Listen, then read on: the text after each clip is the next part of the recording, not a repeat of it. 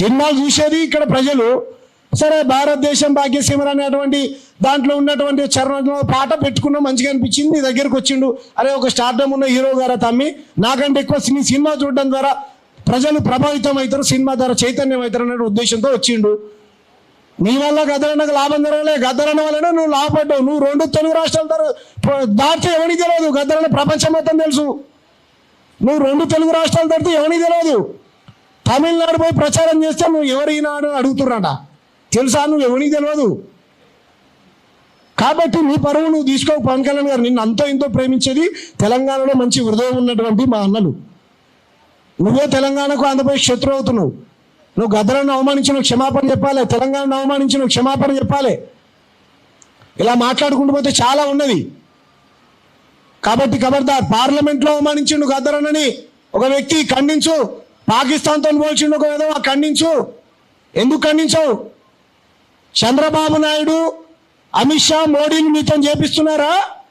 సనాతన ధర్మరక్షకుడు అంటే మంచిదే, సంతోషం, కాదంటలే. సనాతన ధర్మరక్షకుడు మీ ఎంత ఉండాలి రా? మీ సార్కి ఎన్ని ఎకరాలు ఉండాలి రా అని డైలాగ్ రాపించుకున్నావు. మరి ఎన్ని ఎకరాలు ఉండాలి నీకు? 10 ఎకరాలు ఉంటుందా? చెప్పు. నా పేరు తెలుసా? సంజయ్ సాహు చెప్పాను చెప్పు అని అంటాడుగా.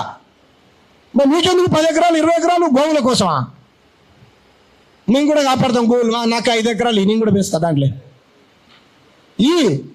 కాబట్టి దొంగ దొరికిపోయిన తర్వాత కట్టుకథలు చెప్పేటువంటి ప్రయత్నం చేయకు. మా ఆడపిల్లల్ని తిడతారా? మా అక్కల్ని మా చెల్లెల్ని తిడతారా? మేము ఎవరిని కూడా ఇంతవరకు క్రిటిసైజ్ చేస్తాం. నువ్వేం దేవుడివి కాదు. డెమోక్రసీలో దేవుడు కూడా విమర్శకు అతీతుడు కాడు. నువ్వు పబ్లిక్ సర్వెంట్వి. దేశంలో ప్రజాప్రతినిధి అనేటోడు పబ్లిక్ సర్వెంట్. 100% విమర్శిస్తాం, క్రిటిసైజ్ చేస్తాం. సమాధానం చెప్పు. నువ్వు తీసుకునేటువంటి జీతం, నీకు కట్టేటువంటి పన్నులు, నీ దగ్గర ఉన్నటువంటి ఎంపీలు భారతదేశ ప్రజలు కడుతున్నటువంటి పన్నుల ద్వారా జీతం తీసుకుంటారు. నువ్వు సర్వెంట్వి. రాజకీయాలు మానేసి ఇంట్లో కూర్చొని సినిమాలు తీసుకొని నిన్ను ఎవ్వడే. మనం రాజకీయాలకు వస్తే ఎవరినైనా క్రిటిసైజ్ చేస్తాం, విమర్శిస్తాం. నిన్ను విమర్శించొద్దా? నువ్వు మాత్రం అమనాబుద్ధులు తిట్టొచ్చా? పృథ్వీల మీద తప్పుడు ప్రచారం చేసారు. నేనంట ఎవరి దగ్గర నాడేవాడు పాకిస్తాన్తో నా ఫోటో పెట్టి రాసి పెద్దగా ఇంత రాసిండు. నేను స్టేట్మెంటే పాస్ చేయలేదు. మీరు చేసినట్టు నాది కూడా చేశారు. సరే చేయని అని సపరేట్ కూకున్నా. నేను మాట్లాడిన మాటలు కూడా వాళ్ళే నా పేర్లు తెలంగాణ శామని పెట్టి పైన వేసి రాస్తున్నారు. ఊకే సపరేట్గా ఉప ముఖ్యమంత్రి ఆంధ్రకు తెలంగాణ శామని రాయిపోతుంది.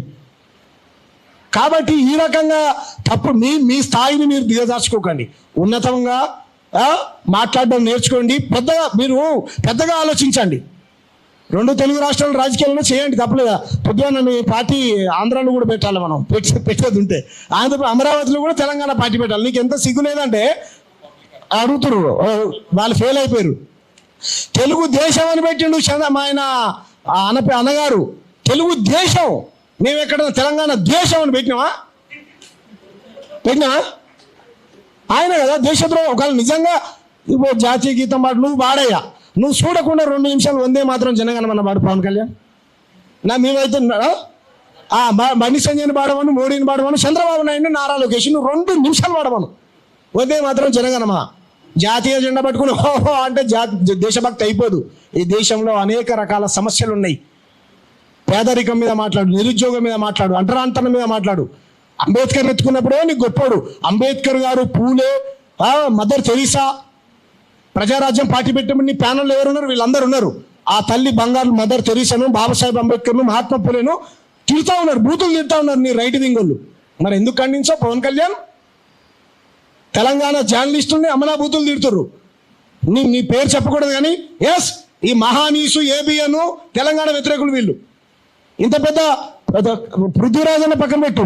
పృథ్వీరాజన్ అంటే మీకు నచ్చదు కదా పోయి అన్న పిలిచినప్పుడు మేధావులు, పెద్ద మేధావులు వచ్చారు. మరి వాళ్ళు వచ్చి ప్రెస్ మీట్ లైవ్ ఎందుకు కవర్ చేయలే? మీరు తెలంగాణ తీర్థానికి వచ్చినటువంటి మేధావులు వచ్చినప్పుడు లైవ్ పెట్టారు, మీరు చూడండి. కాబట్టి మీరు పచ్చి తెలంగాణ వ్యతిరేకులు మీరు చెప్పాలని మీది శాంతాడంతున్నది. మీ లిస్టు మొత్తం ఉన్నది. ఖబర్దార్, మమ్ముల గనక రెచ్చగొడితే ఖబర్దార్. బగబగే నిప్పులను చేతులతో పట్టుకున్నాం. నేను తుపాకీ చూటాల మధ్య పెరిగినాను రా నాయన. మీ బెదిరింపులకు భయపెట్టడం కాదు. బయ్యారం అడవుల్లో పెరిగినండి. మా ప్రాంతం అంతా న్యూ డెమోక్రసీ బెల్టు. మీ చంద్రబాబు నాయుడుకి తెలుసు. మేము భయపడడం కాదు. ఎస్, మేము ఎవరినైనా గౌరవిస్తాం. ఈ హైదరాబాద్లో కాశ్మీర్ నుంచి కన్యాకుమారి దాకా అన్ని వర్గాల ప్రజలు, అన్ని కులాల వాళ్ళు, అన్ని మతాల వాళ్ళు బతుకుతున్నారు. ఆస్ట్రేలియా నుంచి వచ్చినటువంటి వ్యక్తులు కూడా కరీంనగర్లో ఒక అబ్బాయిని పెళ్లి చేసుకొని బతుకుతారు అండి. ఆమె కూడా మన బతుకమ్మ ఎత్తుకుంటుంది, మన బోనాలు ఆడుతుంది, మన కల్చర్లో మన సంస్కృతిలో భాగమై బతుకుతుంది. తెలంగాణ సంస్కృతి ఉట్టిపడేలాగా బతుకుతాం, మాకేం బాధ లేదు. కానీ మేము కొడతాం, కులం పేరుతో తిడతాం. మార్వాడోళ్ళు మమ్మల్ని కొట్టిరు, మేము కొట్టినాం ఎవరినైనా? మేము కొట్టినావా?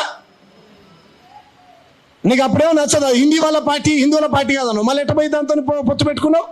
నువ్వే అన్నావు తెలుగు చచ్చిపోతుంది అని అన్నావు. ఇంగ్లీష్ నేర్చుకుంటే తెలుగు చావదంట, ఇంగ్లీష్ నేర్చుకుంటే తెలుగు వస్తుందంట, కానీ హిందీ నేర్చుకుంటే చావదంట. నువ్వు రాజకీయ సెన్స్ లేదు. ఏ రకంగా విడిపోయింది ఆంధ్ర తెలంగాణ? తలుపులు వేసి ఇచ్చారు, మూసి తలుపులు వేసే ఇస్తారు. అన్డెమోక్రటిక్గా ఏం జరగలే. నువ్వు అంటున్నావు కదా, భారతరత్న డాక్టర్ బాబాసాహెబ్ అంబేద్కర్ రచించిన భారత రాజ్యాంగం ద్వారానే ఈ రాష్ట్రం ఏర్పడ్డది, ఆర్టికల్ 3 ద్వారా. నువ్వు రాజ్యాంగ వ్యతిరేకివా? నువ్వు దేశద్రోహివి. నీ పార్టీ దేశద్రోహుల పార్టీ. ఖబర్దార్, తెలంగాణను ఎవరు అవమానించినా ఊరుకునేటువంటి ప్రసక్తి లేదు.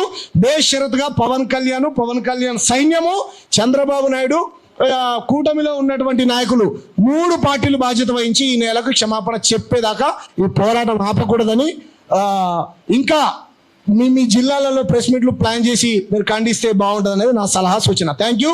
జై భీమ్, జై తెలంగాణ. Thank you.